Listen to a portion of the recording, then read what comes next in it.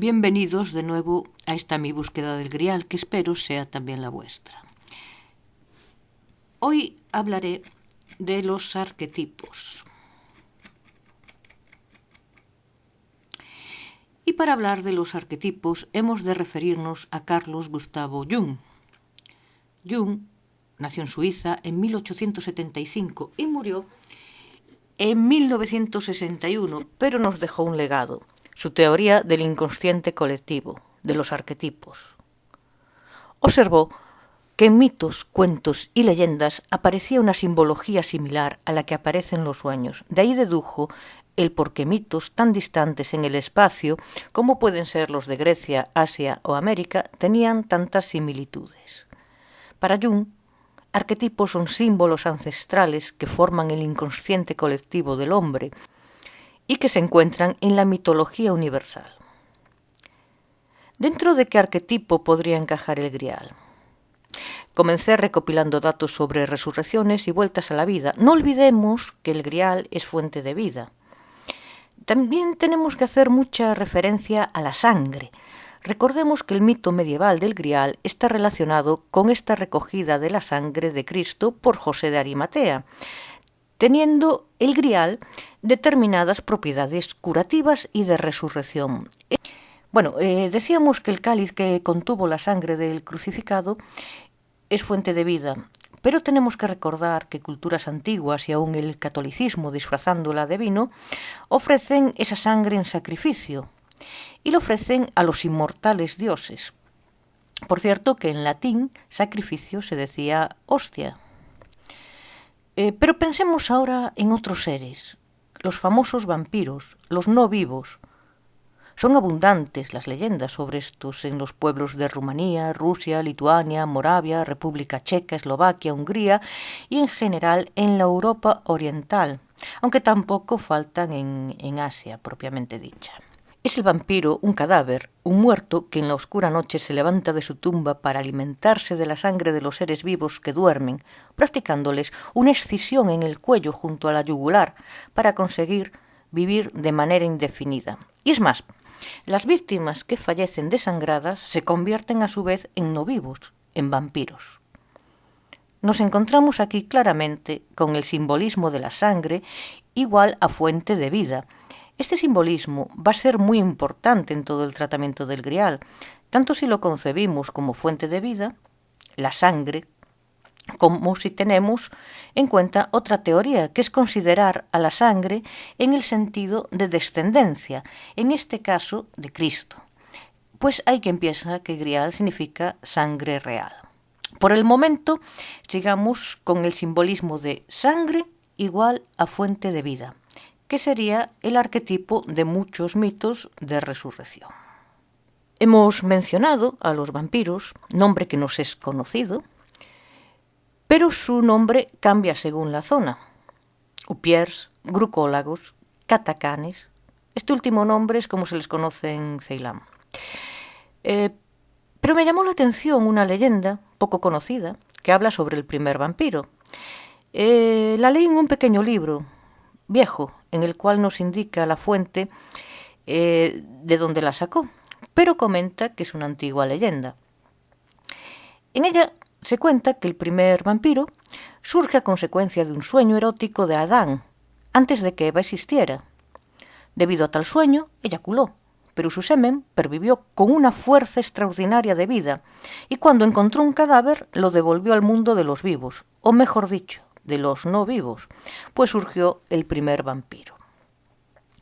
Es un relato curioso, aunque incongruente en apariencia. Si solo existía Adán, cosa que se deduce porque el segundo ser vivo fue Eva, ¿cómo es posible que se encontrase otro cadáver? Si bien podría referirse a que pasaron años o siglos, ya que dice, su semen pervivió con tal fuerza. En otras ocasiones ya he asociado el Grial a la resurrección. Recordemos cuando hablé de José de Arimatea. Es por ello que quiero rastrear en distintas culturas mitos sobre la resurrección, entendida esta no como una vuelta a lo que podríamos llamar no vida, caso de los vampiros y zombis, sino a la vida en sí. Los zombies, por cierto, surgen de tradiciones de sitios como Haití, donde a través del llamado rito del vudú resucitan a personas y anulan su voluntad.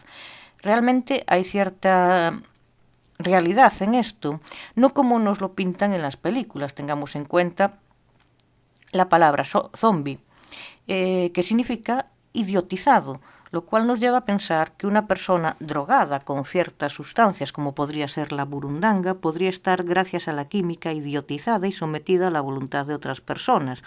Si ello añadimos la sugestión que el rito provoca, ya tenemos a nuestro zombie preparado para actuar de protagonista. Pero volvamos al camino para entretenernos y aprender sin pensar en la meta. En la Grecia clásica existía el culto órfico.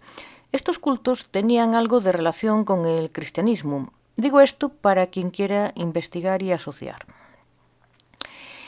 Ahora vamos a fijarnos en el mito de Orfeo. Orfeo fue uno de los argonautas, los embarcados en el navío Argos, en busca del vellocinio de oro. Era un héroe de Tracia y destacaba porque cantaba y tocaba la lira de tal forma que hasta amansaba a las fieras, las cuales se acurrucaban a sus pies. No en vano era hijo de Apolo, quien entre otras cosas era el dios de la música. Pero lo que nos interesa aquí es que se casa con Eurídice, de la cual está locamente enamorado. Pero un tal Aresteo, también hijo de Apolo, se encapricha de la belleza de Eurídice y un día, cuando paseaba por la orilla de un río, decide perseguirla. La mujer, aterrorizada, huye sin darse cuenta de que hay una serpiente, una víbora, y la pisa. Entonces ésta la muerde y le causa la muerte. Orfeo no se resigna a esta pérdida y decide bajar a los infiernos para recuperar a su amadísima esposa. Consigue convencer a Hades, que era el dios de los infiernos, y a Perséfone. Ambos le dijeron que podía rescatarla, pero con la condición de no volver la cabeza mientras salían del infierno. Orfeo acepta y desciende al infierno a buscar a su esposa. Ya casi estaban llegando a las puertas del Hades, pero Orfeo, impaciente, giró la cabeza para comprobar que Eurídice iba detrás. Entonces vio cómo ella fue tragada por las tinieblas, desapareciendo para siempre. Orfeo, como si de un Romeo se tratase, no quiso vivir más tiempo y se mató. Sin embargo, hay distintas tradiciones sobre la muerte de Orfeo. Una nos dice que fue descuartizado por las mujeres de Tracia. Otra nos cuenta que no quería relaciones con las mujeres y se relacionó con Efebos, por lo que se le consideró el inventor de la pederastia. Otra nos relata que su muerte fue una venganza de Afrodita, pues esta diosa y Perséfone se disputaron el amor del hermoso Adonis e hicieron que Orfeo fuese el árbitro de esta disputa. Este aconseja a Adonis que distribuya su tiempo entre las dos, pero Afrodita, celosa y furiosa, hizo que las mujeres de Tracia sintiesen un amor incontrolable hacia él, y al sentirse desdeñadas acabaron dándole muerte. Mas el mito de Orfeo no acaba a su muerte, pues decían que los ruiseñores que anidaban junto a su tumba cantaban mejor que los demás y que su lira fue llevada al cielo y convertida en una constelación, la famosa constelación llamada Lira. Un oráculo tracio predijo que si las cenizas de Orfeo veían el sol, la ciudad sería devastada por un puerco. Sucedió que una tarde un pastor quedó dormido junto a la tumba del músico y su espíritu penetró en él. Al cabo de un rato empezó a entonar bellas melodías que se iban haciendo más y más hermosas. Las noticias vuelan, como todos sabemos, y así los habitantes de Tracia se enteran de este acontecimiento y van a congregarse alrededor de la tumba y observan al pastor transfigurado. Comienzan entonces a gritar que Orfeo había resucitado, así que entusiasmados destrozan las columnas del panteón y cae la urna que contiene los restos del artista. Estos quedan expuestos al sol y se cumple la cochina profecía. ¿Por qué menciono el mito de Orfeo en relación con el Grial? El culto órfico permitía, al igual que el cristianismo, una vida en otro mundo, una resurrección.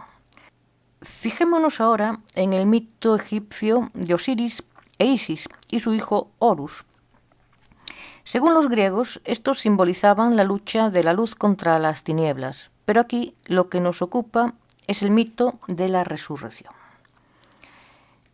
Isis y Osiris eran hermanos y estaban casados, cosa que no nos debe de extrañar en la mitología. También Zeus y Hera eran hermanos y esposos. Isis descubrió el trigo y la cebada.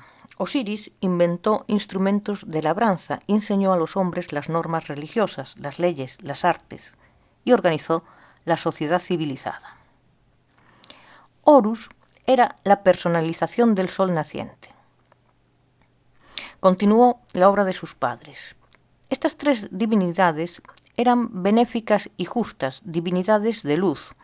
Sin embargo, Osiris, a la vez que dios agrario y dios cósmico, es conocido como dios de la muerte. Y es precisamente aquí donde entra nuestro arquetipo de resurrección. Fue Osiris un gran rey y con su reinado Egipto progresó, pero como suele pasar, tenía un hermano envidioso de su poder y de su felicidad, llamado Set, el cual intentó repetidas veces deshacerse de Osiris sin conseguirlo, hasta que ideó un terrible plan.